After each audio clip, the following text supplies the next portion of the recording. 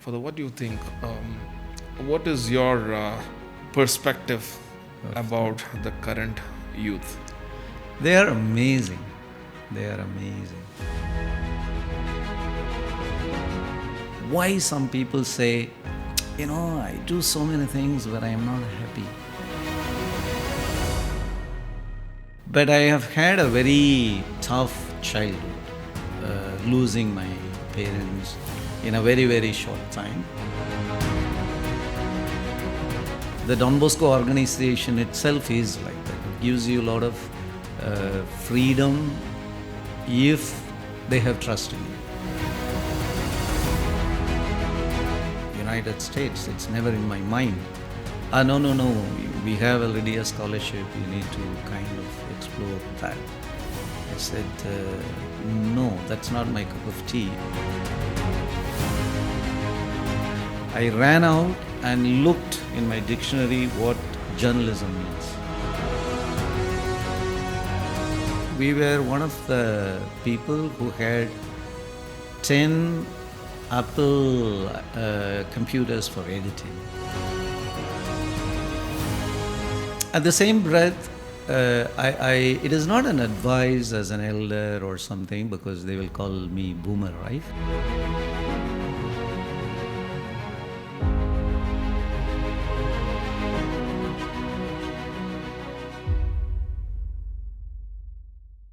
Hi, hello, welcome to ONSense Talk.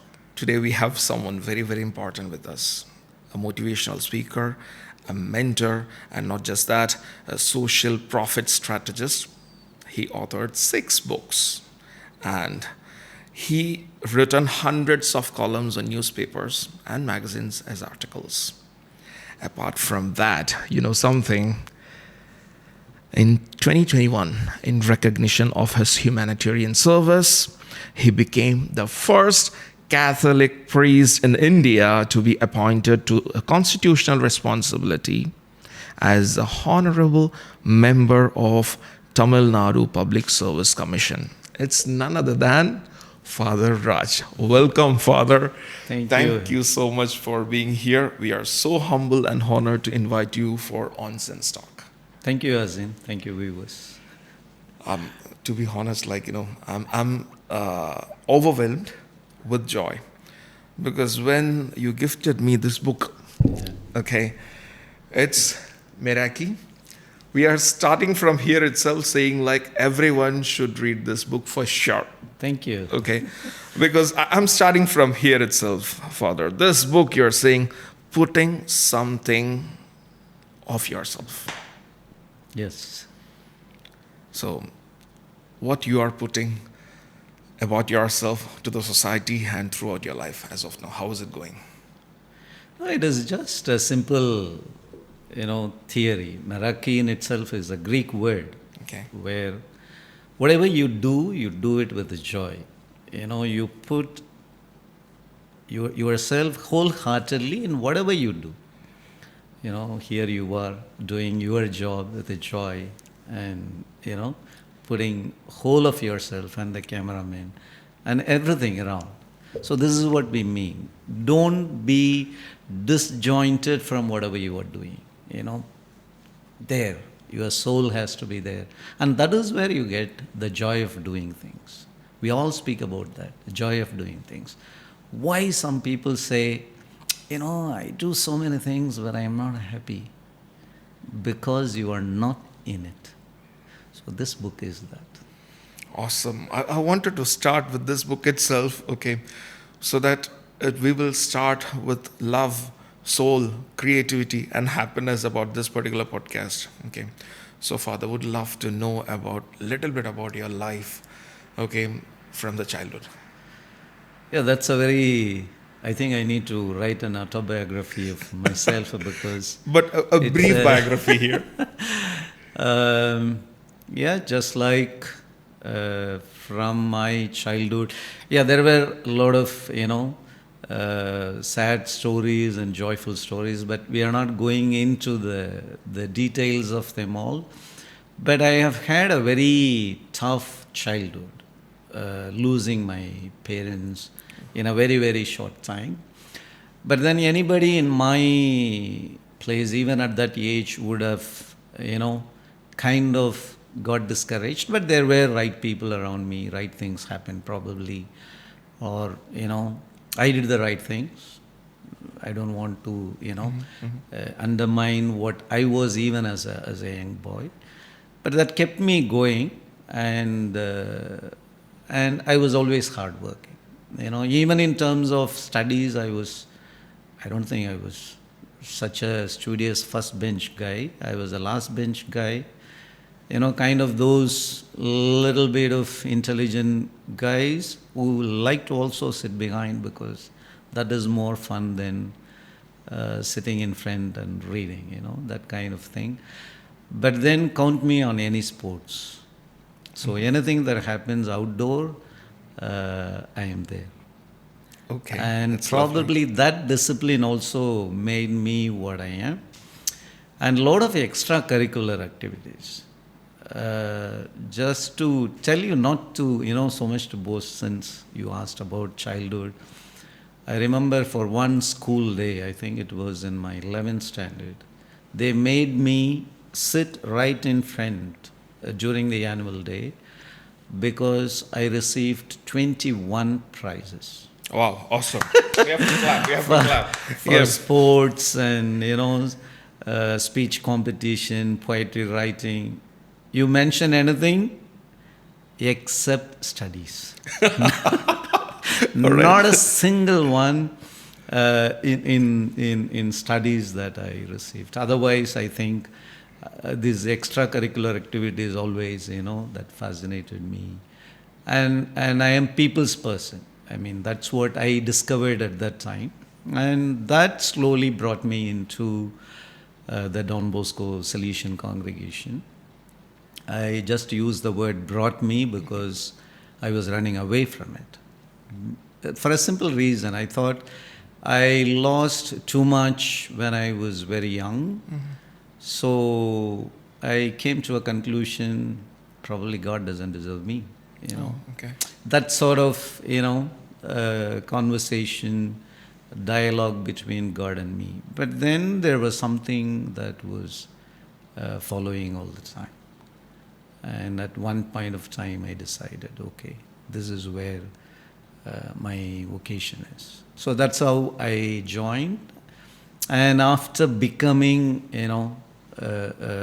young Salesian, or following Don Bosco's way, I was given a lot of opportunities, I must say, to explore. Because the Don Bosco organization itself is like that. It gives you a lot of freedom if they have trust in you. Or if you want to put it the other way, if you become trustworthy, a lot of things happen around you, So that sort of a thing. I was one of the very young ones who was sent to study journalism at that time, Oh, a priest studying journalism. Okay. Yeah, that was interesting, because I hope I'm right. At least I am the first young person who was sent out to do undergraduation in journalism. And at that time, we didn't have it in Tamil Nadu. So I still remember receiving 5,000 rupees, just came out from Reserve Bank, I guess, because all the notes were very new. My superior told me, keep this money and you go anywhere in India, find a Salesian house, stay there and graduate in journalism and come. I ran out and looked in my dictionary what journalism means. Okay. That's amazing. All right. So I landed in Pune. I was there for a month, but then Marathi journalism was compulsory, and that was compulsory for all the 3 years. I said that is I was not prepared mentally for it. Then I came down to Mysore. I did my journalism with a combination of, don't get scared now, criminology and public administration. Okay. All right. Okay. Yeah, that's a story. So I topped the university too.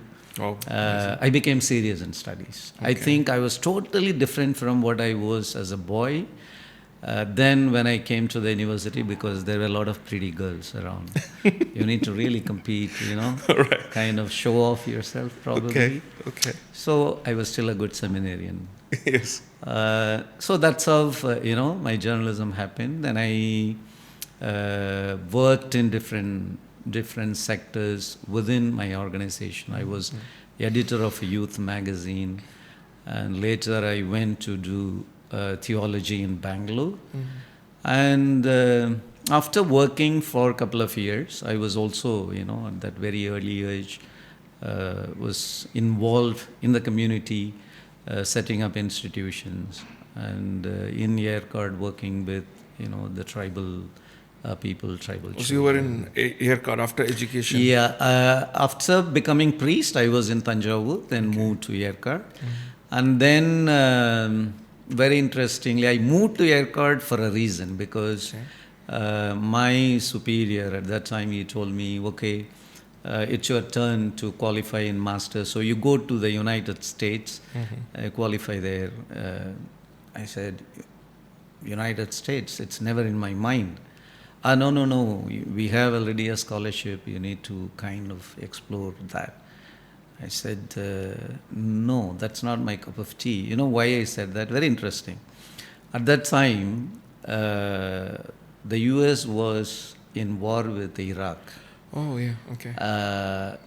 I never liked this entire war, so I didn't want to go to US. Not that I am anti-US or anything. Okay. Some kind of, Inhibitions. values Yeah. that you build along the way. I mean, I look at it, now it might even look stupid, but then you are young, right? Then my superior said, okay, where do you want to study? For some weird reason, I said, either I study in Sussex or I will study in the Netherlands, in Hague. And what do you study? I said, developmental science. First time hearing developmental science, what is this? Okay. But again, the whole thing was on trust. He trusted me. I said, no, we are not going to get scholarships for this. I said, you give me a kind of break.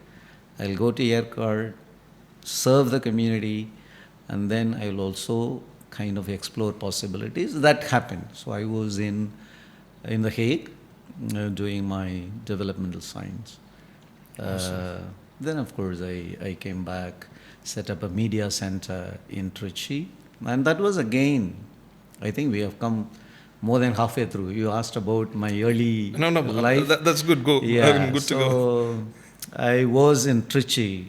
There we did a kind of interesting work. We set up a media center, a study center for diploma courses.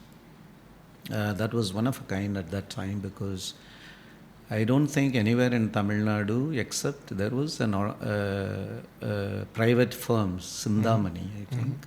Apart from them, we were one of the people who had 10 Apple computers for editing. We were one of the pioneers, actually, I should say, introduced Apple Mac for editing in Tamil Nadu.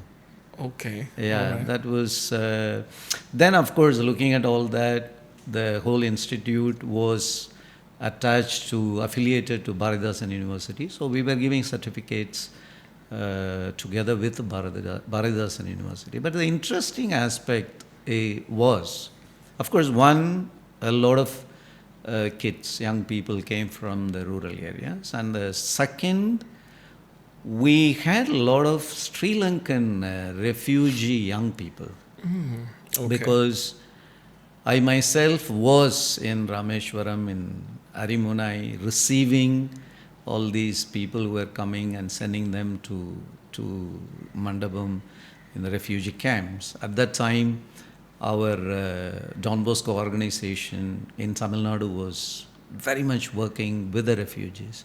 So I took it as an opportunity as a director of the place that something should be done for these children. So we got a lot of, the permissions, everything to bring them out of this place. So we had quite a number of Sri Lankan Tamils.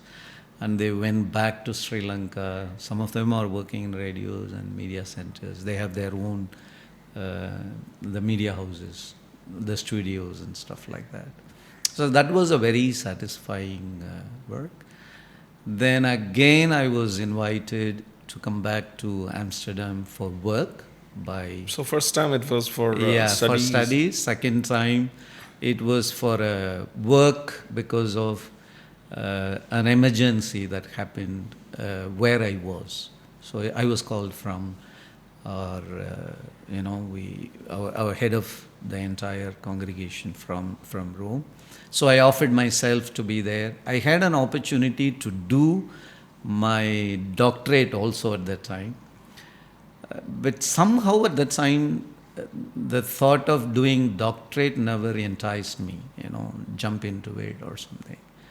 But then I thought I should do something useful, which I was already had begun. That was, I had a brief time waiting for my visa to go to Amsterdam. At that time, I tried watching a lot of world cinema, which was like reading books, the easier way of reading books. Reading books was a bit hard. So, and I thought, why not I write a book on world cinema? Those so years. Is that your first book? In a way, I would claim first book because the previous book, the little books that I did, was in-house publication. In the sense, our own organization has, it's no way,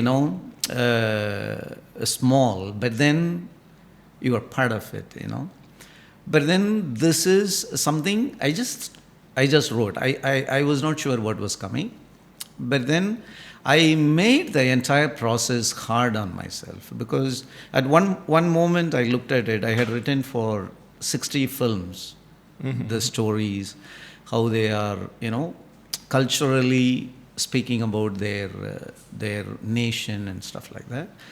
For my surprise, out of all these 60 movies, I had some 7 or 8 nations. Then I said, that doesn't make a book, Then I went on to say, okay, let me do one movie from a nation. Okay. Then I started exploring movies from different countries. I'll do only one movie. Then before that, I needed to fix a time frame because movie started, a long, long ago. But then I thought it was before this digital revolution, but still we were in the VHS that time. Yeah. From 90s, So I set a... VCR, VCP. Exactly, Yeah. So I set a time frame. Okay, that sounded good. Then I was getting into it. Then I was writing. Basically, I was looking into the cultures. And the movie should be, directed by the person of that nation, because a lot of these European movies, they get a lot of funding and they go to Ethiopia. The German guy will make an Ethiopian movie, or a Dutch guy will make a Maasai movie, which was fantastic. We have fabulous directors making movies like that. But then I wanted something that should come from the person of that culture, talking about that Authenticity. culture, that authenticity. And then, the next hurdle that I put on myself is the movie should speak that language. There came real problem because a lot of these African movies, even some Asian films in small nations, the colonizer's language is the language of the movie. Yeah. Okay, you go to Mali, they have French. But what I was looking for is a Malian director who will say his story in Malian language. Because for a Malian, it is easy to speak French. Okay. Because they all speak French. You understand? And they link with France's far more easier for getting even funding or, whatever. So I would have written some 70 movies that will bring down to 35, 40. Because I kept on setting, these rules. But finally, at 90, I wanted to give it up all, because you will have a movie, let's say a Kenyan movie, but then without subtitle. What do you do? So you really needed to kind of seek somebody and get that done. You have to work hard behind that. Yeah. And I tell you, Amsterdam was a place you could just do that, because it is a city of cultures, city of 200 nationalities. It's a very vibrant, beautiful city. If you know what to look into, that's what this book is all about. Amsterdam that opened up to the entire world through cinema. That was the book.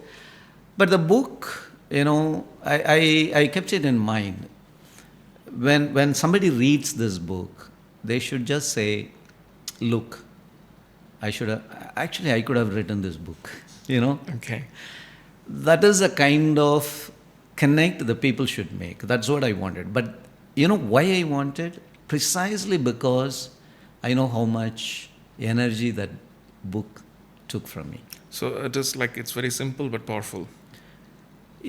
I don't know whether it is powerful, because the writer will not know, only the readers will know. I spoke with many people who already read that. And I was also looking for that book, but I couldn't get because it was out of stock. The publishing part itself was, maybe that book had some power in it. I realized that only, Then later I said, okay, this book, I think I should shortlist to, kind of publish it with the top 3 publishers. That is what I had in mind. Not because that book, I know it was a fabulous book that I have written. I know I have written a very simple book, but then I know for sure this book should be tested wide open there, just like these cultures. So I shortlisted Penguin, HarperCollins, and Hay House, these 3 publishing houses. Got my samples done, sent to all the 3 publishers on the same day. And within 2 weeks, I got a reply from Penguin, very nice card, saying, we like the book, we like your language, but right now we have a couple of books lined up for cinema, so it doesn't have space. If you ever write book, you always come back to us. I thought that was a huge compliment from Penguin. For a journalism student who began there, is a dream to publish with all this. Exactly, because journalism coming to reality in terms of book. So it's a dream. Then Harper didn't reply, but then one fine day, I was actually, coincidentally, we were going to Bangalore. I was in Bangalore for a meeting, and from a number I got a call. Then they said, one Mr. Ashok Chopra would like to talk to you from a Hay House. Okay, that's where I had sent the script. So he came online, we had a chat. He asked me, we received the manuscript, so we are interested. But then he asked me, I am sure you have also sent this manuscript to other publishers. I said yes, Hay House, HarperCollins, and Penguin. Then he corrected me, is it Penguin, Harper, Hay House, this order? I said yes. But then I sent it on the same day to all 3 of you. Then only he said, okay, what if, we are interested in publishing it. I said, fine, have it. Straight away, I just told him, you have the book. So once you confirm it, I can send the contract. Then I said, that's great. I am ready. Then he asked me, He asked me about Penguin. I told him, did Penguin write to you immediately? I said, yes. Then he said, what if Harper says, we will publish? Because I have called you Okay. before. Yeah. But if you get a news from Harper, that made me think why he is asking all this. Because I'm already, cloud nine. Because my book is getting published by Hay House and. Then he said, whatever reason is. Then I said, that is the time I told him, look, I am a Catholic priest. And I am assuring you, and we just agree on it. He said, yes, I'll ask my people to send you the contract. Believe me, the next day I had email from Harper.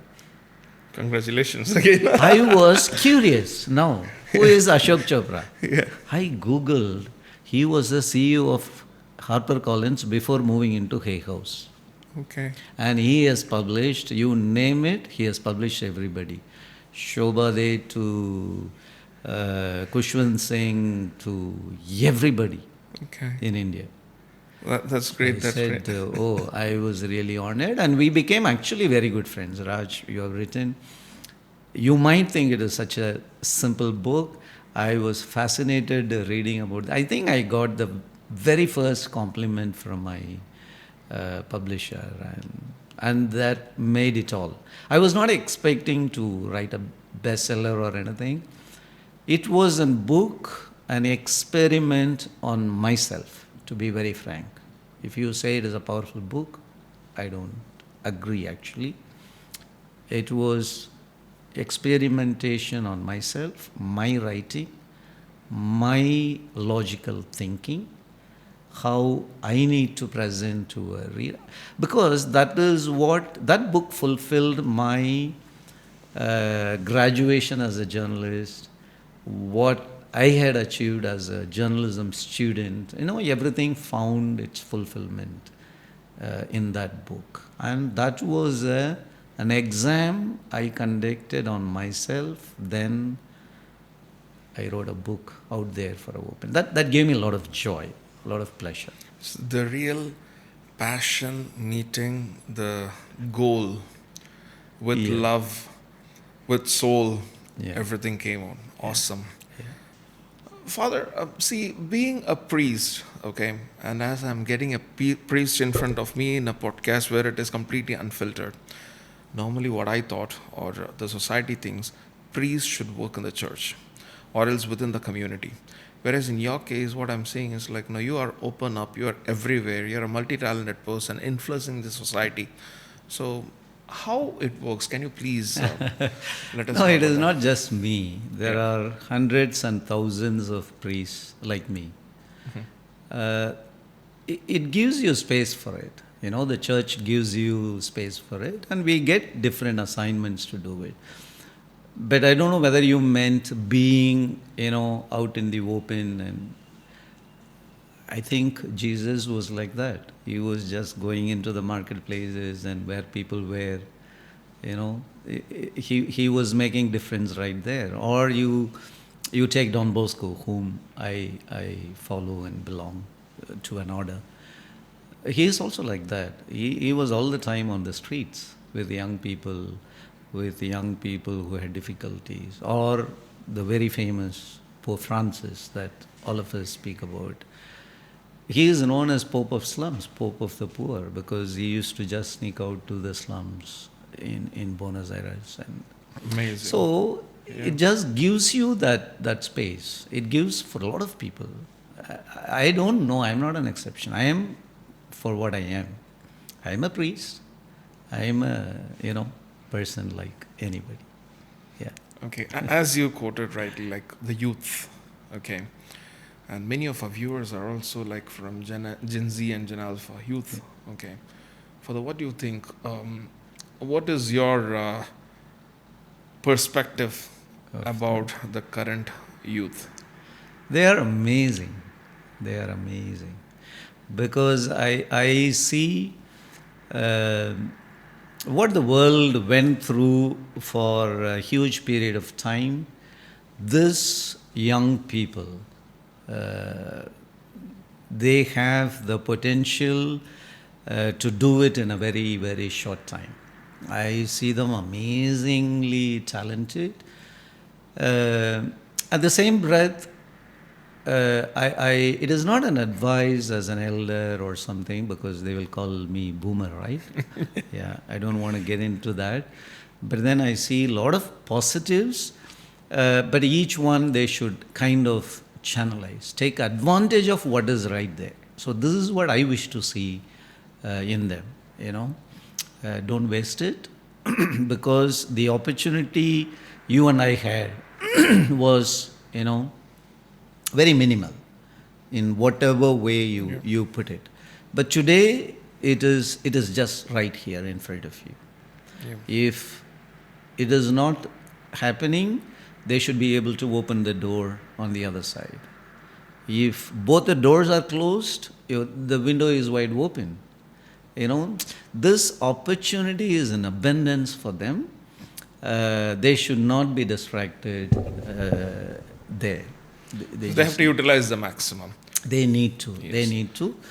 But then they are going to make a huge difference in the world, in the society. So Christianity is not an exception or something. I see that value in. I went on a strike when I was a 5th standard student. Can you believe this? In Amsterdam Central, and the first thing they do is come out and walk left, because that is where you have the red light district. I will not free the Gen Z. Okay, guys, it is all our responsibility to educate you, so we will educate. No. The individual responsibility is as important as, There is nothing like celebrated priest. The mere fact that you are a priest, it calls for sacrifice.